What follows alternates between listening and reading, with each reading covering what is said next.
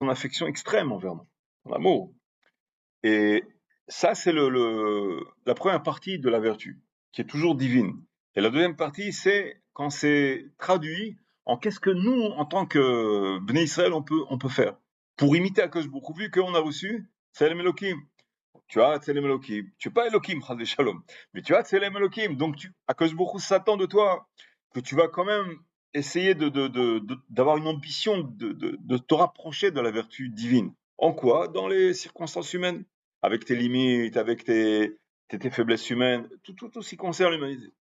Alors, qu'est-ce qu'Akadosh Baruch Hu s'attend de nous après nous avoir donné, insufflé le Tselem Elohim, étant donné que lui, il est le créateur, le tout-puissant, nous on n'est pas.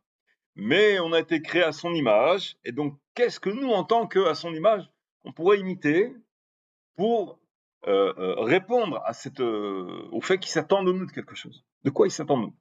Le Ramak, Rabbi Moshe Cordovero, le Rav du Harizal, il dit voilà, je vais te dire à quoi il s'attend de nous, à Akadosh Baruch Hu, après le fait qu'il nous a créé à son image et qu'il nous ressent comme si on était sa chair, etc. Il s'attend de nous qu'on considère tous les Bnei Israël, chacun, comme si c'était notre propre chair. Que s'il est triste, que tu sois triste avec lui. Comme si, Chas Shalom, ça t'arrive à toi. Mais c'est que s'il est heureux, tu sois heureux pour lui. Comme si à toi, ça t'est arrivé cette joie. Tu comprends? Et là-bas, le Rama, qui dit quelque chose il allusionne, il dit quelque chose en fait qui est très très fort.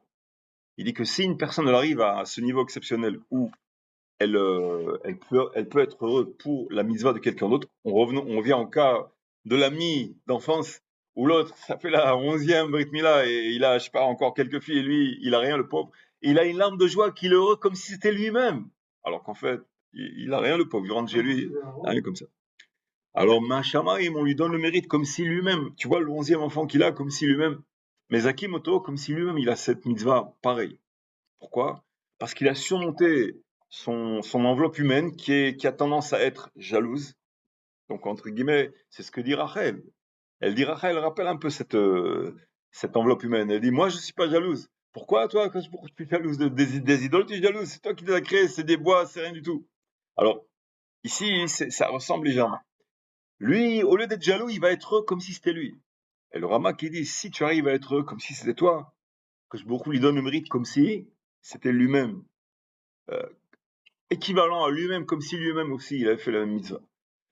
Et le Ben Ishra, il ramène dans Parashat Vayera, dans le préface, avant les mitzvot, il ramène aussi que quand il y a Avat Israël entre chacun des Bnei Israël, alors c'est une ségoula pour la Géoula. Pourquoi? Ben Ishra, il ramène ça. Il dit parce que